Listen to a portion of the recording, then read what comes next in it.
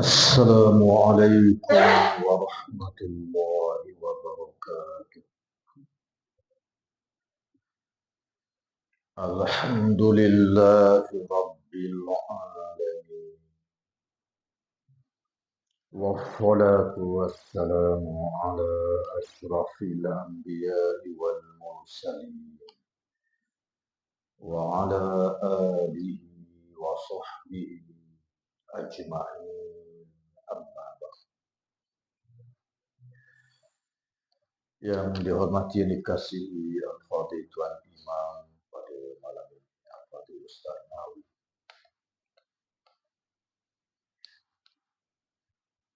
saudara Ustaz Syukri dan seterusnya, sahabat-sahabat yang saya hormati dan saya kasihi sekalian. Pada malam ini kita sambung lagi pengajian kita, hadis 453. Angin timur dan angin barat. Tak sempat habis ni. Tajuk berkenaan dengan minta hujan ni, maksud juga. Angin timur dan angin barat. Ani bin Abbasin radhiyallahu anhuma anin Nabi sallallahu alaihi wasallam annahu qala nusirtu bis-saba wa uhlikat adun bid-dabur. Dari Ibnu Abbas radhiyallahu taala anhu, Rasulullah sallallahu alaihi wasallam bersabda, aku mendapat pertolongan dengan angin timur dan kaum Ad dibinasakan dengan angin barat. Nabi sallallahu alaihi wasallam menyebut bahawa dia nusirtu bis-saba, ditolong dengan angin timur, angin yang mari daripada arah timur, timur Madinah lah ya. Dan acap kali angin ini mari antara dalam peperangan Ahzab, angin mari menolong Rasulullah sallallahu alaihi wasallam. Manakala kaum Ad dibinasakan dengan angin barat, angin yang datang daripada sebelah barat. Kaum Ad ini, para ulama menyatakan ialah yang duduk di selatan semenanjung tanah Arab, hari ini Yaman. Itu kaum Ad. Kaum Ad ini nabi dia Nabi Saleh. Ad ini kaum ni asal dia generasi yang kelima anak Nabi Nuh alaihissalam. Anak Nabi Nuh ni lama. Nabi Nuh ni dikenali sebagai Abul Bashar As-Sani, bapa manusia yang kedua. Orang yang beriman bersama dengan Nabi Nuh pun tu hari mati habis. Anak-anak dia lah yang berkembang hari ini ke seluruh pelosok dunia. Anak dia ada beberapa orang, silap 5 orang ni. Ada hak jenis kulit hitam sikit, pergi ke sebelah barat di Afrika jadi set negro. Hak pergi jenis hak kulit putih jadi orang Eropah putih. Hak jenis kecil sikit mari belah link kita ni jadi orang Asia. Kecil. Begitulah. Antara susu galuh anak dia ni generasi yang kelima, nama dia Ad. Kaum Ad ini pergi ke semenanjung tanah Arab, ke bawah dan membiak di sana, membiak rumah Arab di sebelah sana. Dan kaum ini itu generasi yang kelima, keturunan Ad ni pula jadi ramai di Yaman. Allah utus Nabi Hud alaihi salam. Nabi Hud, mereka mengingkari Nabi Hud. Allah Subhanahu wa taala menurunkan angin yang kencang yang membunuh mereka. Ini kaum Ad. Nabi dia Nabi Hud. Hari ini ada orang kata kubur Nabi Hud lah di Yaman. Tak pastilah betul ke tak. Suatu ketika dulu orang duk puja kubur ni. Duduk macam-macam lah. Kemudian berlalu masa, orang tak peduli. Lalu ada pula segelintir jenis golongan tasawuf ni menghidupkan setahun sekali pergi buat tamasya di situ, tawah di situ, berzikir, mengatik macam-macam. Ini buat dia. Pada asasnya para ulama sejarah mengatakan bahawa termasuk ulama-ulama hadis, kubur para anbiya alaihi wassalatu wassalam ini tidak ada satu pun yang sahih. Ada satu pun yang sahih melainkan kubur Nabi Muhammad sallallahu alaihi wasallam yang diriwayat daripada satu generasi ke satu generasi. Yang sahihnya tu ya kubur Nabi kita yang ada bersebelahan dengan Masjid Nabawi. Nabi wafat di rumah dia, dikebumikan di rumah dia. Nabi-nabi dikebumikan di rumah dia. Okay. Hak lain ke Nabi pun tak riwayat. Kat mana ni? Diriwayat secara turun-temurun begitu, entah ya, entah tidak. Gitu je lah ni. Nak kata sahih 100% tak garanti. Benda ribuan tahun. Hatta kubur Nabi Musa pun tak boleh nak pasti. Kubur Firaun tu jumpa pula. Tuhan bagi jumpa untuk jadi iktibar. Duduk dalam piramid tu. Tak hancur 4,000 tahun lebih. Hari ni ada dalam museum di Mesir lah. Boleh tengok. Nabi Musa ni antara yang terakhir lah. Nabi sebelum Nabi Isa, lepas tu Nabi kita. Sebab tu kalau kita pergi melawat nanti tak besar mana Firaun. Lebih kurang kita juga. Tak besar mana. Kaum Ad ni dikatakan besar kira situ. Besar. Kaum Nabi Saleh di semenanjung Saudi juga dikatakan besar. Allah Ta'ala ada satu tengkorak yang dijumpai itu yang dikatakan kaum Nabi Saleh. Mata dia besar kepala kita.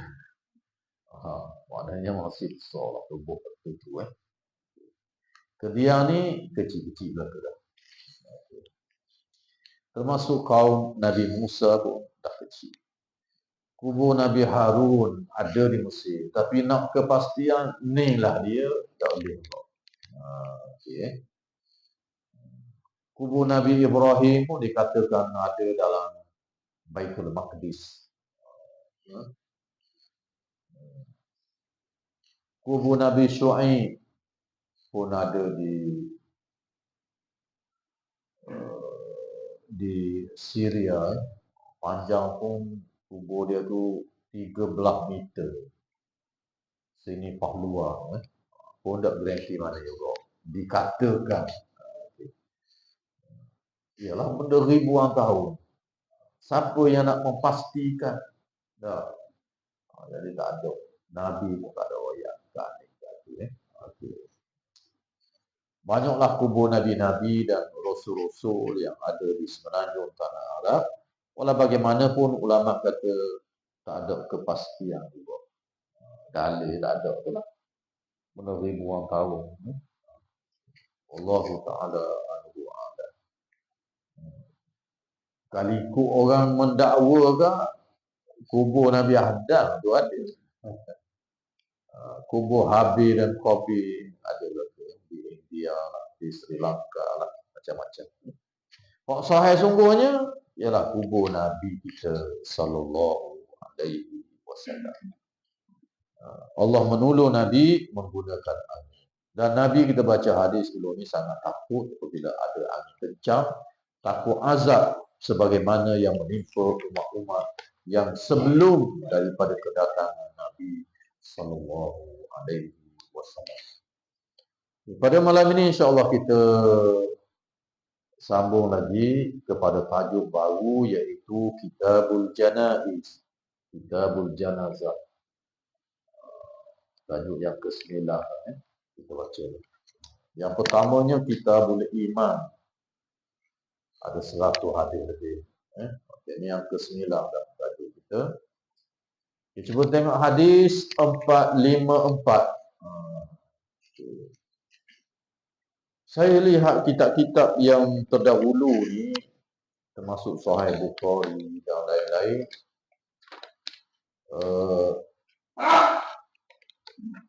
Dia letak Kitabul Janazah ni kerana dalam tu ada semayang jenazah. Mana dekat tajuk semayang lagi semayang istisqa, semayang apa. Nanti akhir baru kita bertemu bab zakat. Lepas daripada ni nanti baru jumpa bab zakat pula. Puasa ya berkedian. Sebab hadis-hadis yang ada dalam Bukhari Muslim yang kita baca dulu, rukun Islam ni dia sebut zakat dulu. Lepas tu baru mari puasa, baru mari haji. Tapi kalau kita ikut susunan kita tu puasa dulu. Tapi hadis dalam Bukhari, hadis dalam Muslim yang kita baca dulu, marilah gitu. Maka dia susun berdasarkan hadis-hadis itu. Berdasarkan pada hadis-hadis. Okey, Kitabul Janazah ni sebab dalam tu ada semayang. Bulughul Maram gitu. Lepas habis semayang sunat begitu gini, semayang istisqa, semayang gerhana dan sebagainya, mari Kitabul Janazah. Okey. Dalam tu ada semayang jenazah. Cuba kita tengok menziarahi orang sakit. Sebelum ayat mayang ni dia masuk juga lah beberapa tajuk yang berkaitan dengan orang mati. Okey. Iyadatul marda, menziarahi orang sakit. Hadis yang pertamanya banyak juga tajuk-tajuk dia bawa di samping semayangnya ada macam-macam tajuk juga.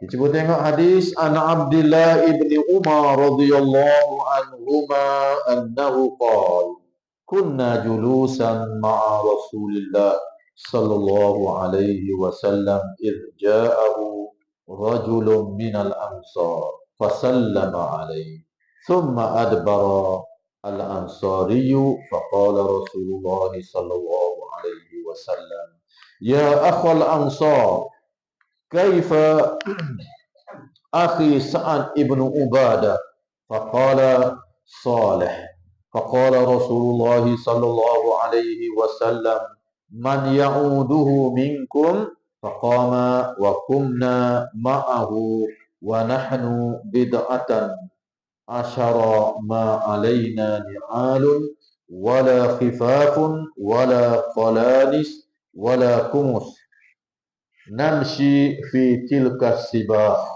hatta ji'nahu fasta'khara qaumuhu min hawlihi hatta dana Rasulullah sallallahu alaihi wasallam wa ashabuhu alladhina ma'a. Daripada Abdullah bin Umar radhiyallahu anhuma dia berkata, kami sedang duduk bersama dengan Rasulullah sallallahu alaihi wasallam di Madinah. Kemudian datang seorang lelaki daripada kaum Ansar. Orang Ansar datang. Lalu dia mengucapkan salam kepada baginda Rasulullah sallallahu alaihi wasallam. Ketika dia hendak beranjak, hendak beredar, baginda bertanya kepada sahabat di kalangan Ansar ini, bagaimana keadaan saudaraku Sa'ad bin Ubadah? Kebetulan Sa'ad bin Ubadah ni sakit. Bagaimana keadaan dia? Lelaki itu menjawab, keadaannya beransur pulih. Baik, soleh. Baik mana beransur pulih. Lalu baginda berdiri. Orang Ansar tu nak pergi dah. Lalu baginda pun berdiri dan kami pun turut berdiri. Sebelum tu Nabi tanya tak? Baginda bertanya, siapa di antara kalian yang ingin menziarahinya? Menziarahi Sa'ad bin Ubadah. Lalu baginda berdiri dan kami pun ikut berdiri bersamanya bersama Nabi. Kami berjumlah 13 orang. 13 orang. Tak amat lah kita ni lebih. Okay, 13 orang. Dan tak seorang pun dari kami yang memakai kasut, sepatu, topi ataupun tutup kepala. Tak akan maksudnya. Duduk lepo-lepo. Ataupun gamis, jubah panjang, kumus. Kami berjalan kaki di atas tanah yang gersang hingga tiba di rumahnya. Tiba di rumah Ubadah bin Sa'ad. Lalu orang-orang yang mengerumungi Sa'ad tadi mundur pergi ke tepi untuk memberi jalan kepada Nabi dan rombongan Nabi. Hingga Rasulullah sallallahu alaihi wasallam dan para sahabat menghampiri Sa'ad bin Ubadah. Lalu Nabi pergi dekat Sa'ad bin Ubadah, tengok dia sakit dan berdialog dengan Sa'ad bin Ubadah. Hadis yang kita baca ini nak menunjukkan bahawa apabila ada orang sakit, dia suruh kita menziarahi. Bahkan dia adalah sikap Rasulullah sallallahu alaihi wasallam. Ada dengar para sahabat dia sakit, dia pergi rawat. Bahkan orang kafir sakit, Nabi pergi rawat. Apabila diberitahu bahawa orang Yahudi ini sakit, Nabi pergi. Begitu sekali sikap dan pendirian Nabi sallallahu alaihi wasallam. Ada seorang anak orang Yahudi yang baik dengan Nabi sallallahu alaihi wasallam. Apabila dia dengar khabar sakit, lalu dia pergi ziarah. Lalu dalam banyak bercakap itu, akhirnya Nabi ajak dia masuk Islam. Berdakwah selalu ajak masuk Islam. Lalu anak ni ada ayah lagi. Dia pandang ke ayah dia. Tengok reaksi ayah dia bagaimana. Ayah dia seorang Yahudi lah. Dia pun Yahudi kok. Lalu ayah dia kata, ikutlah apa yang disebut oleh Abul Qasim. Abul Qasim ni gelaran kepada Nabi SAW. Ayah kepada Qasim. Ada anak Nabi nama Qasim. Ikutlah apa yang disuruh oleh Abul Qasim. Kemudian budak ini mengucap 2 kalimah syahadah dan masuk Islam. Maknanya hadis-hadis yang seperti ini banyak. Yahudi yang letak duri tu orang jalan. Nabi lalu, Nabi buang. Tiba-tiba lalu tak ada duri. Nabi tanya, mana tak ada lagi? Padahal Nabi ketua negara. Boleh ambil tindakan. Tapi Nabi ambil tindakan. Bila dengar sakit, Nabi pergi ziarah. Begitu sekali sikap yang ditunjukkan oleh Nabi SAW. Benar sabarlah. Maknanya di penghujung usia Nabi, boleh dikatakan hampir sebahagian besar penduduk di semenanjung tanah Arab beriman dengan Rasulullah SAW. Selepas hijrah Madinah dalam 10 tahun tu, masa Mekah tu ada puluhan orang. Bila berhijrah dengan Madinah, perkembangan di Madinah itu cukup besar sehingga tersebar ke seluruh pelosok semenanjung tanah Arab. Antara sebab berkembang itu ialah kerana akhlak Nabi dan para sahabat radhiyallahu anhum ajma'in. Islam datang ke semenanjung kita pun katanya melalui akhlak orang Arab yang datang berdakwah dan berdagang di tempat kita. Akhirnya orang Melayu kita memeluk agama Allah Subhanahu wa ta'ala. Walaupun Nabi begitu hebat, paling petoh bercakap, paling baik akhlaknya, pun orang tak beriman ada juga. Ya. Sebab itu hidayah ini adalah milik Allah. Kalau tak beriman, buat-buat ni. Tak. Tambah ikut Nabi, tak nak kata apa lah. Abu Jahal Nabi dakwah, Abu Lahab Nabi dakwah, saudara dia Abu Talib Nabi dakwah. Abu Talib apabila dia dengar sakit saudara dia, terus pergi. Walaupun dia tak beriman. Pergi, di samping bertanya khabar tentang sakit dan sebagainya, dan dia tengok sakit yang tenang dah. Lalu dia mengajak Abu Talib untuk sekian kalinya. Macam kali dah maknanya ajak. Tetapi siapa pengkat nak mati pun mari ziarah lagi dan mengajak masuk Islam. Kita pun sepatutnya sikap yang demikian diambil terhadap orang non-Muslim, terhadap orang bukan Islam. Terutamanya di sebelah pantai barat, ramai orang bukan Islam, India baik, China baik. Sikap kita dari segi berdakwah itu tidak bersungguh. Tak bersungguh. Tempat kita pun ramai. Bangsa Cina yang tidak Muslim, Wakaf Tape, di Alu Limbah, ramai. Di Alu Limbah jumlah pengundi yang bukan Islam saja ada ini puluh tahun yang lalu saya tengok ada 1,000 lebih ada Muslim. Aman. Kadang-kadang dia mari duduk kampung kita seorang dia Cina. Sampai kemati tak dia masuk Islam. Tak tertarik. Kedahulu ada. Mana kita keliling tu orang Islam lah tu. Pasal apa dia jadi tak tertarik dengan kita? Mungkin dia tengok akhlak orang kita. Dah tipu dia, kecek dia, curi barang dia dan sebagainya. Jadi kita sendiri pun kadang-kadang di kalangan umat Islam tidak menunjukkan contoh teladan yang baik terhadap mereka. Kalau dia ramal lagi-lagi payah nak menarik mereka kepada agama Allah. Nabi SAW sakit pun dia pergi walaupun bukan Islam. Banyak adik-adik termasuk keluarga dia Abu Talib. Sehingga dia mengajak masuk Islam, Nabi kata mengucaplah 2 kalimah syahadah. Kalimah inilah yang aku boleh tolong kamu hari akhirat kelak. Dalam keadaan begitu rupa, pemimpin-pemimpin Quraisy kata, adakah kamu nak meninggalkan agama nenek moyang kamu? Berlawan.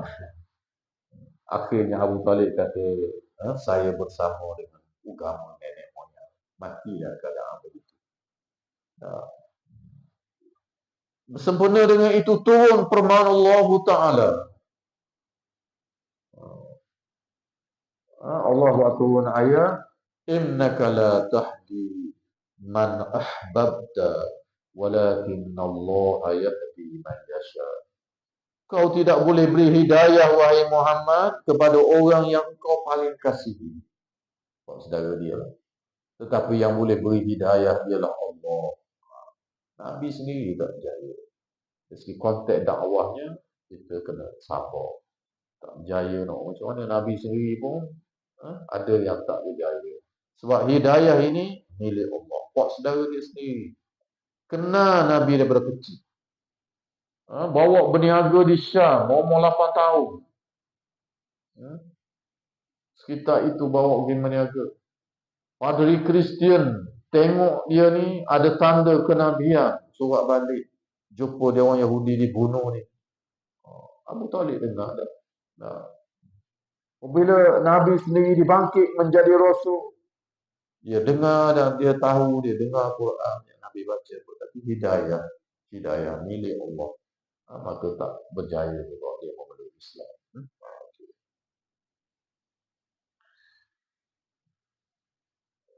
Tapi dia ada keistimewaan yang khusus lah. Nabi boleh bagi syafaat juga walaupun dia kafir.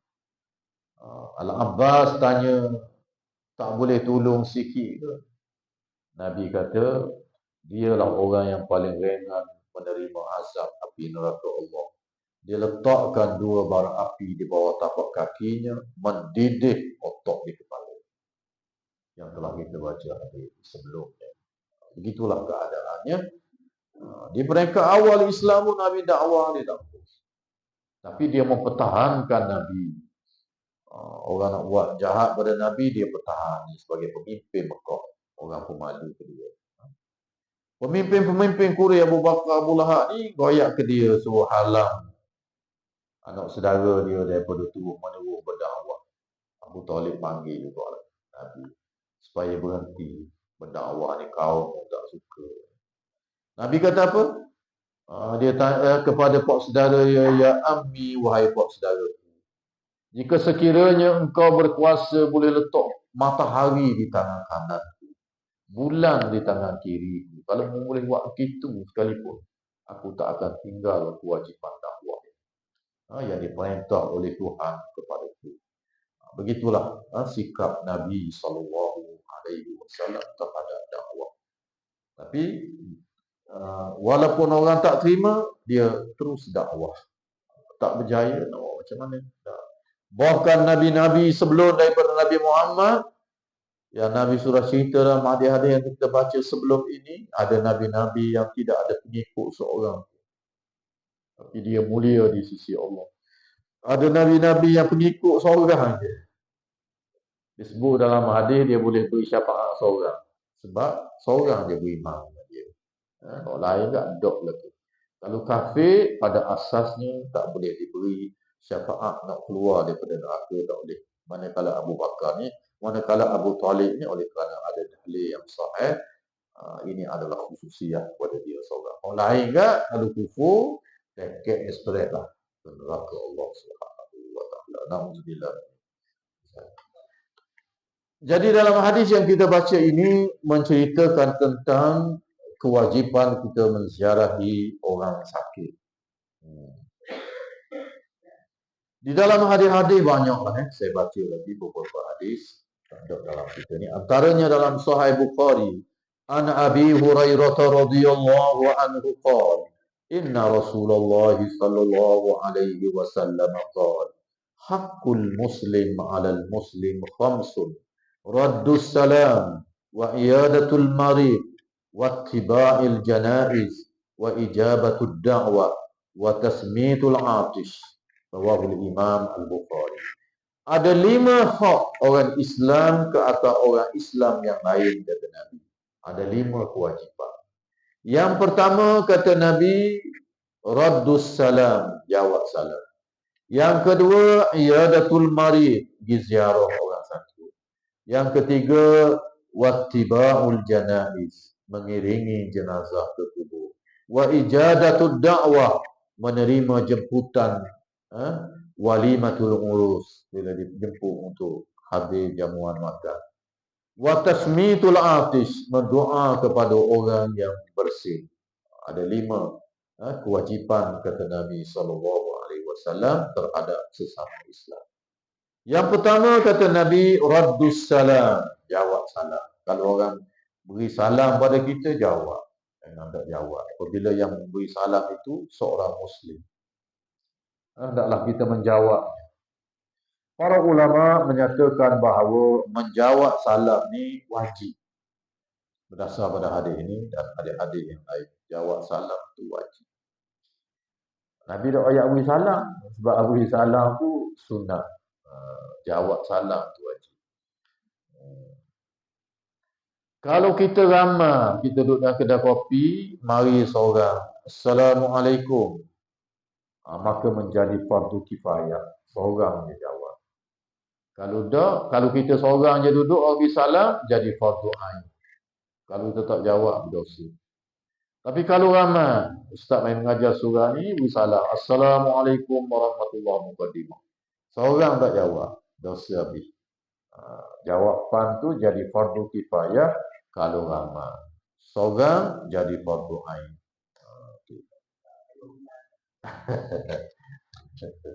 Kena jawab.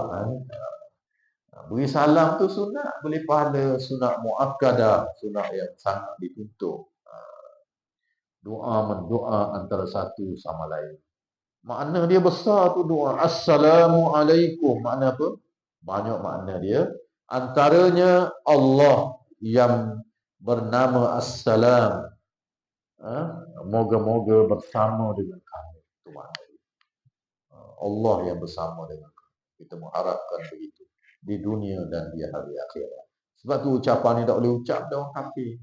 Ni doa. Allah bersama dengan kamu. Ataupun dengan makna moga-moga kesejahteraan, keselamatan, keamanan untuk kamu. Jadi ada banyak makna juga lah perbahasan pun lah. Saya terang secara panjang suatu ketika dulu. Itu.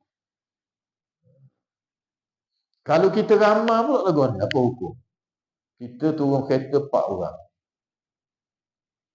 Masuk dalam kedai kopi, ada seorang terhilang. Jadi buat apa hukum kita yang turun 4 orang? Tanya sikit bagi silap mata. Apa hukum?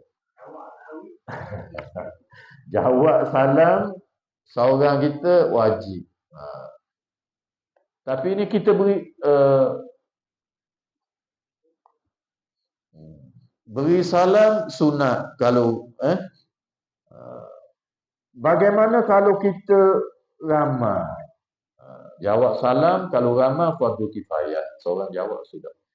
Kalau memberi salam kita 4 orang. Dalam kedai ada seorang. Apa hukum kita memberi salam? Apa hukum kita memberi salam? Kalau seorang, sunat muakkadah, sunat yang sangat dituntut kita beri salam pada orang. Mari surah seorang, tak garik, dia orang tu tak mesti mana orang. Kita beri salam tu dipanggil sunat yang sangat dituntut. Tapi kita mari sebuah kereta 4 orang. Bawa ada seorang, dia tak kursi. Apa hukum kita memberi salam? Tak ada seorang dia jawab.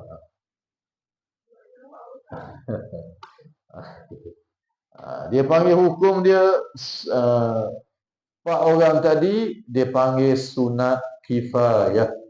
Istilahnya cara dia cukup. Sunat kifayah. Fardu kifayah kalau tak buat seorang buat orang lain terlepas dosa.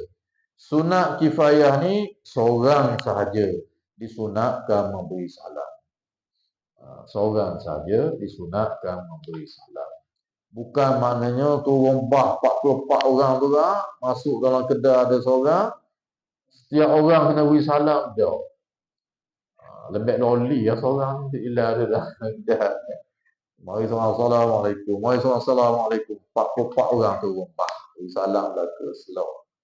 Dah cukup dengan seorang sahaja di kalangan kita memberi salam, mewakili kita dipanggil sunat kifayah. Seorang saja. Azan begitu juga. Kita dah baca bab azan dulu pun sunat kifayah juga. Azan ni seorang je.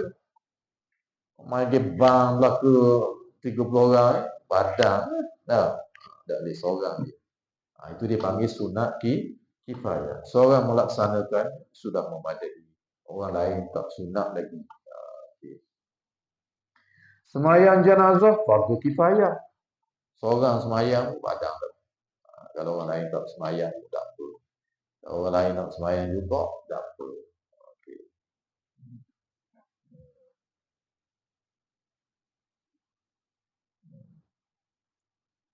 Kalau beri salam tadi okay. Begitu kedudukan hukumnya. Yang pertama yang menjadi kewajipan kita sesama Islam ni ialah menjawab salam. Yang kedua kata Nabi wa iyadatul marid, iaitu menziarahi orang sakit. Jumhur ulama, majoriti para ulama menziarahi saudara kita yang sakit, hukum dia adalah fardu kifayah juga. Mana apa fardu kifayah? Sebahagian pergi ziarah sudah memadai. Jangan semua dak pergi belaka. Jadi berdosa habis buat kampung. Fardu kifayah juga menziarahi orang sakit. Sebab itulah kadang-kadang berlaku kalau orang tak ziarah ni mati seminggu. Orang tua, anak-anak tak ada, duduk seorang. Kadang-kadang orang sedar seminggu dah mati. Dah tak ada orang pergi ziarah seorang. Tak ada nampak tubik kedai, tak ada gapo, tak ada pergi belakang.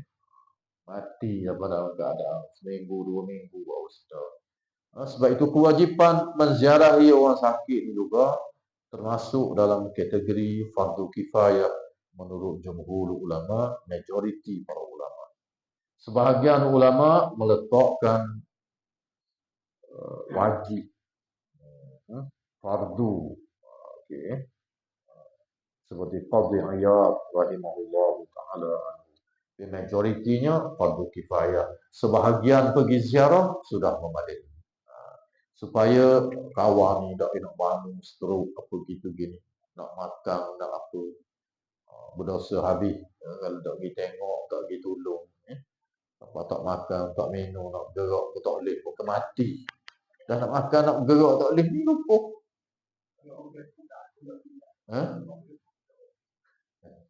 Kena pergi juga. Masa dia segar, dia kedekut. Dia sakit, tak nak bangun, lupa, kita kena pergi tengok. Orang kafir pun kena kita pergi tengok juga. Nabi pergi. Ada dia kena pergi. Mudah-mudahan dia tak kedekut lah. Okey, yang seterusnya ittiba'ul janaiz, iaitu kita mengiringi jenazah. Fardu kifayah juga. Okey. Wa ijabatud da'wah, menjawab panggilan orang ajak kita makan. Kecuali panggilan itu banyak, tak dah nak pergi. Maaflah. Hari raya, hari umpamanya musim perayaan, dia ambil peluang nikah anak belaka. Sampai 7, 8 tepat kita kena. Tak mampu kita nak pergi belaka. Tengoklah keutamaan mana. Dah kadang-kadang. Nak kata apalah. Kalau kita ada kemampuan, kita kena menghadiri. Dia sedia makan untuk kita. Jumlah orang yang dia panggil. Kita tak nak pergi. Manakala jamuan-jamuan yang bukan walimatul arus, tengoklah. Sebahagiannya jatuh sunat lah kalau dia panggil. Kemudian menjawab orang yang bersin, walaupun tak apa-apa yang tak wajib. Orang sebut Alhamdulillah, kita kata apa? Yarhamkallah, moga-moga Allah merahmati kamu. Apabila dia kata ke kita begitu, doa ke kita begitu, kita jawab macam mana? Kita pula jawab macam mana? Yahdina wa yahdikumullah. Moga-moga Allah memberi hidayah kepada kita dan memberi hidayah kepada kamu. Doa mendoa ini diajar oleh Rasulullah sallallahu alaihi wasallam dalam banyak hadis-hadis Nabi sallallahu alaihi wasallam. Menziarahi orang sakit ini disebut dalam hadis yang lain. Nabi kata, hadis ini juga ada dalam Sahih Muslim kita, tapi yang ringkas ni tak ada. Nabi kata, innal muslima idza ada akhahu muslima lam yazal fi makhrafatil jannah hatta yarji'a. Rawahu Imam Ahmad wa Muslim wa Tirmizi. Sesungguhnya orang Islam apabila dia pergi menziarahi saudaranya yang sakit, maka selama itulah dia berada dalam taman-taman surga sehinggalah hatta yarji'a, sehingga dia pulang daripada ziarah dia. Ada ini Sahih, ada Muslim. Riwayat Imam Ahmad dan Tirmizi. Maknanya apa kita berada dalam taman-taman surga? Dalam riwayat yang lain ada tambahan, para sahabat tanya, taman surga ni macam mana ya Rasulullah? Nabi kata buah dia boleh dipetik dalam keadaan kita duduk. Duduk gini wasa nak makan apa, boleh petik dengan tangan. Tak tahulah buah tu banyak ke, ya anak mari selalu ke, dia hantar Allah Ta'ala Allah. Cuma Nabi kata boleh petik dengan tangan. Kita menziarahi orang sakit ini, kita berada dalam taman surga sehinggalah kita pulang. Apa makna? Maknanya kita berada di situ, kita mendapat pahala yang banyak yang menyebabkan kita akan dapat masuk syurga Allah Subhanahu wa Ta'ala. Boleh masuk surga dengan sebab kita menziarahi orang sakit ini, disebut dalam banyak hadis Nabi SAW. Ini simbolik lah. Seperti mana yang kita baca sebelum ini, hadis berkenaan dengan majlis ilmu, Nabi kata adalah taman syurga di dunia ini ialah majlisul ilmi, majlis ilmu seperti yang kita ada malam ni. Nabi kata inilah taman syurga di dunia. Kau tengok tak ada buah, tak ada apa. Taman macam mana? Nah, pokok pun tak ada. Ini dipanggil simbolik. Dengan makna kita hadir dalam majlis ilmu ini, dia boleh mendatangkan pahala. Kita boleh kenal mana dia jalan yang betul, mana jalan yang salah, mana dia ajaran Allah, mana bukan ajaran Allah, mana dia sunnah, mana dia bid'ah, mana dia khurafat, mana dia haram, mana dia harus, mana dia wajib. Maka kita ikut dan kita amal, maka itulah yang akan membawa kita kepada syurga Allah Subhanahu wa ta'ala pada hari kiamat. Sebab itu dipanggil sebagai taman-taman syurga. Kalau tanya orang, semua nak masuk syurga. Taman syurga pergi tak? Tak pergi. Jadi payah lah. Kalau tanya setiap orang, tanya orang kafir, kata nak masuk syurga. Tetapi taman syurga di dunia ni, mari ke tak mari? Taman syurga di dunia ini, kata Nabi, ialah majlisul ilmi, majlis ilmu. Dengan makna kita hadir ini mendatangkan pahala. Dengan pahala inilah Allah Subhanahu wa ta'ala dengan rahmat dia memasukkan kita ke dalam syurga Allah Subhanahu wa ta'ala. Begitu juga dengan raudah. Nabi kata, baina baiti wa minbari raudatun min riyadil jannah. Raudah iaitu antara mimbar aku dan rumah aku ini adalah taman daripada taman-taman syurga. Situlah Nabi mengajar. Di situlah tempat beriktikaf dan seumpamanya. Jadi para ulama mengatakan dengan duduk di situ, dengan mempelajari ilmu daripada Nabi SAW di zaman Nabi akan membawa dia ke syurga. Itu satu makna. Yang kedua, dengan makna sebagaimana disebut dalam hadis yang lain, sesiapa yang beribadah di raudah antara kubur Nabi dengan mimbar Rasulullah SAW. Nabi kata barang siapa yang beribadah di sini dengan penuh keikhlasan, di hari akhirat pula dia akan boleh duduk pula di situ, di raudah itu. Kerana raudah ini suatu juzuk daripada syurga pada hari kiamat pula. Itu satu makna lagi. Di samping makna simbolik tadi, iaitu yang akan membawa kita ke syurga. Yang satu lagi, ini kerana raudah ini sendiri dalam hadis-hadis ini adalah satu juzuk daripada syurga hari kiamat. Allah bawa dia ke dalam syurga.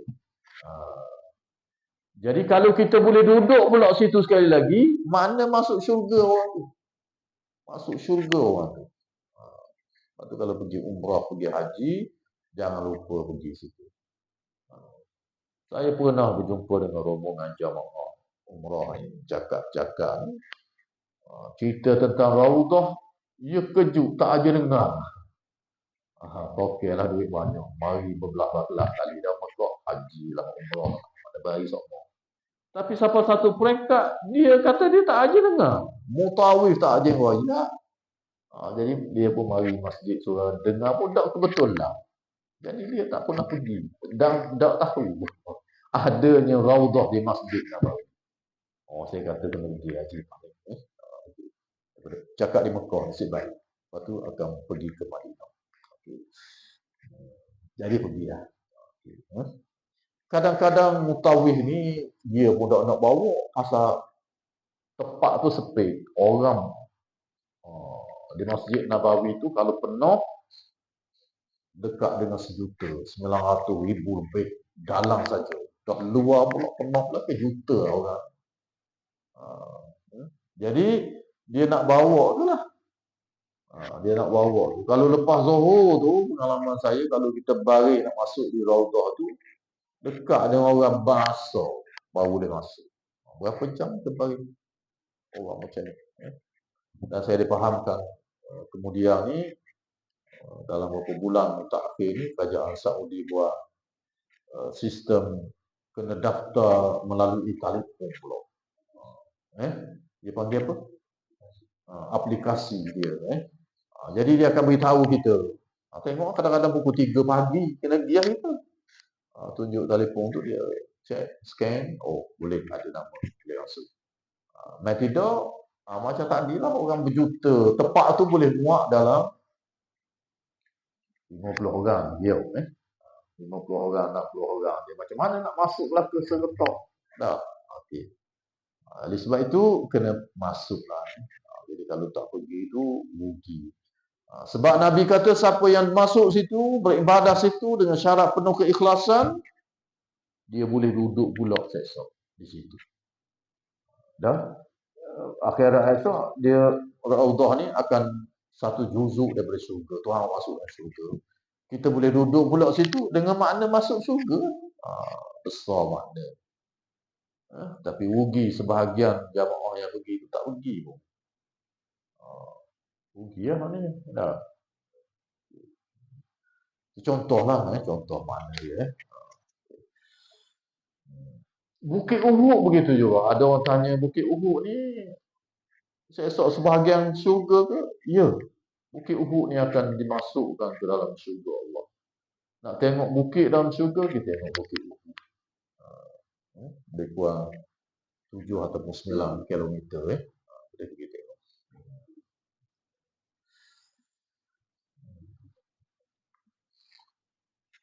Tapi benda dalam syurga ni tak samalah macam dunia ni. Tuhan buat indah. Dia jadi lagu lain lah. Okay. Kok dalam syurga pun lari ke dunia pun jadi lagu lain. Pakai baju. Di badan mahsyar tak pakai. Pakai baju yang comel. Gelah-gelah yang comel. Tinggal makhluk yang comel. Wanita-wanita yang comel. Comel lagi.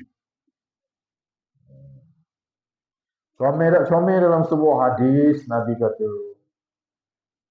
kalau letak kain, kata Nabi, letak kain, puan bidadari ni pakai kain 70 lapis.